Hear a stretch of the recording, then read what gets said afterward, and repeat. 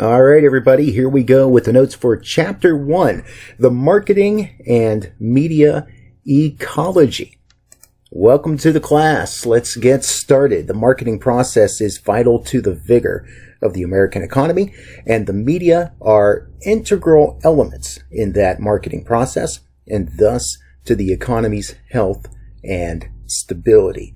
Basically, what that is saying is that in a capitalistic society, we survive on buying and selling. And in order to have someone buy what we are selling, there has to be some marketing involved, basically informing people of what products and services are being offered and why we believe those products and services are beneficial to them. Consumer demand overall is what drives the economy, and it is marketing that fuels that demand. Again, marketing is that impetus that makes people aware of the things that you have to offer. Matter of fact, in the United States, each dollar spent in advertising alone spawned $19 in sales and supported 67 jobs across many industries. So, making people aware that you have a thing helps them to want the thing and ultimately buy the thing. Advertising keeps a brand healthy and growing in a highly competitive marketplace. Not only is advertising a major element in the fuel that drives consumer demand, lack of sufficient advertising investment can stunt a brand's growth. Again, awareness, key here. If any one of the three elements is not healthy, talking about marketing, advertising, and the media, if any one of those is not healthy, the other two are not going to be able to thrive. Each one is dependent on the other in terms of concepts in making the capitalistic system in our current culture work. What is marketing? We've been throwing that term around a little bit. Let's give it a definition. Peter Drucker, The Practice of Management, writes what a business is. More specifically, he talks about the purpose of a business. There is only one valid definition of business purpose, and that is to create a customer. A business does not survive if it does not have customers patronizing it. Makes sense, doesn't it? Because it is its purpose to create a customer, any business enterprise has two and only these two basic functions, and that is marketing and innovation. Now, in this book, The Practice of Management, Drucker did not mention production, suppliers, or distribution, but only customers. And that's what marketing is. It's a customer-focused business approach. So you can have all the logistics going around you in terms of making the product, in terms of distributing the product, all that sort of thing. But if you don't have the customer, and the customer is not happy with what you're doing, then you're not going to succeed as a business. A customer-focused business approach produces goods or services that it knows will sell based on market research and data that reveal customers' aspirations, wants, needs, tastes, and preferences. So you can think about it in terms like this. In communications, we talk about one of the two major questions that every communicator needs to answer is, who is your audience? We can adapt that question here to talk about who is your customer. And if you know who your customer is, that's what market research tells you, then you have a better ability to be able to market your product or service to that particular customer. In Marketing Myopia, Theodore Levitt talks about railroads and how they went out of business, not because the need for passenger and freight transportation was filled by others, but because it was not filled by the railroads themselves. They let others take customers away from them because they assumed themselves, the railroad companies, to be in the railroad business rather than in the transportation business. So Theodore Levitt is saying here in this statement that the railroad industry had a rather narrow view of who it was and what it was trying to do. It didn't think bigger picture. It didn't think macro. And it also didn't think about what the specific needs of its customers were. Customers didn't use the railroad simply because of the fact that it was railroad. Customers used the railroad because it was a way to get from point A to point B.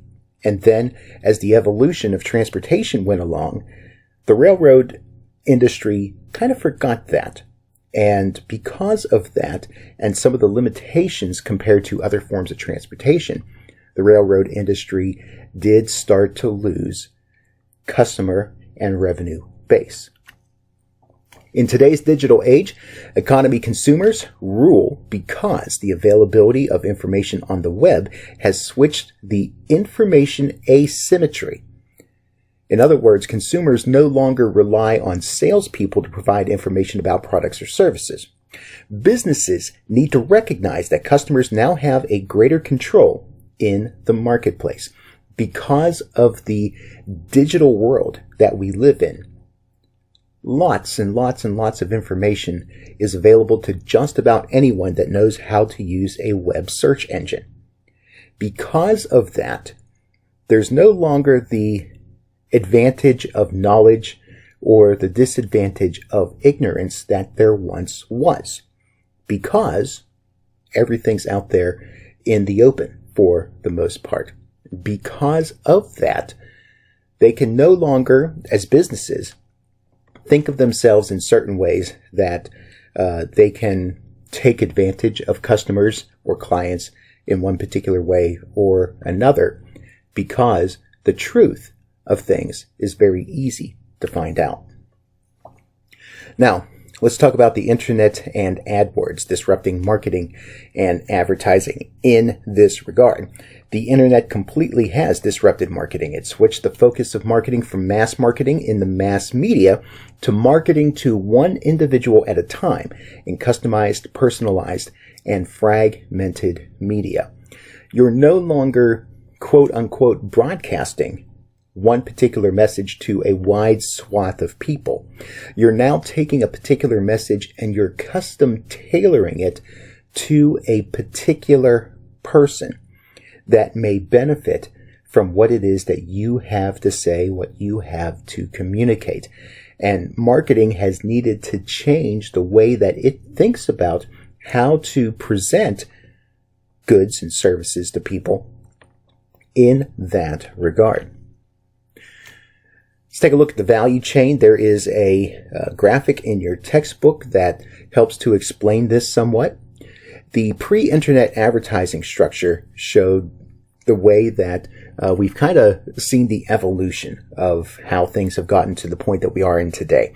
Starting with newspapers. Newspapers had an elastic supply of advertising inventory. In other words, they can print as many pages of the newspaper as they wanted to in order to be able to fit in more advertising. Now, the newspapers would charge a fixed, non-negotiable price, but then gave volume discounts to large advertisers. In other words, newspaper pricing strategy rewarded advertisers for buying more advertising lineage and buying it more frequently. In other words, it's kind of that economies of scale thing. The more that you buy, the cheaper overall per particular item it is to purchase. Now, we move on to television. Television programming had an inelastic supply of advertising inventory because programs were formatted for a fixed amount of advertising. Because of the inelastic supply of advertising slots and because there was a high demand for a limited supply of television and inventory, prices were not fixed. They were determined by demand. In other words, there's only so many seconds or minutes of airtime available. And when you're trying to fill time in between the programming elements that are there, the programming elements are going to be of a certain length of time. So that means that amount of time out of an hour is going to be taken up by programming, not available for advertising. So there's only a maximum amount of advertising time that is available. Therefore, if more people want advertising than are time slots available, the price for that advertising is going to go up. The prices for all media advertising were based on some version of a cost per thousand model. That's what we call CPM. This is where advertisers paid on the basis of having the opportunity to capture readers, viewers, or listeners' attention. This is that sense of how much money is it going to cost me to reach 1,000 people. That's what CPM means. Advertisers purchase the opportunity for exposure, not based on whether anyone read, watched, or listened to an ad. So you're not necessarily paying for a guaranteed result. You're paying for potential. You have the potential to reach a certain amount of audience that is listening to or watching some form of programming. At this point, we're going to go ahead and take a break. We'll finish up the chapter with part B of chapter 1.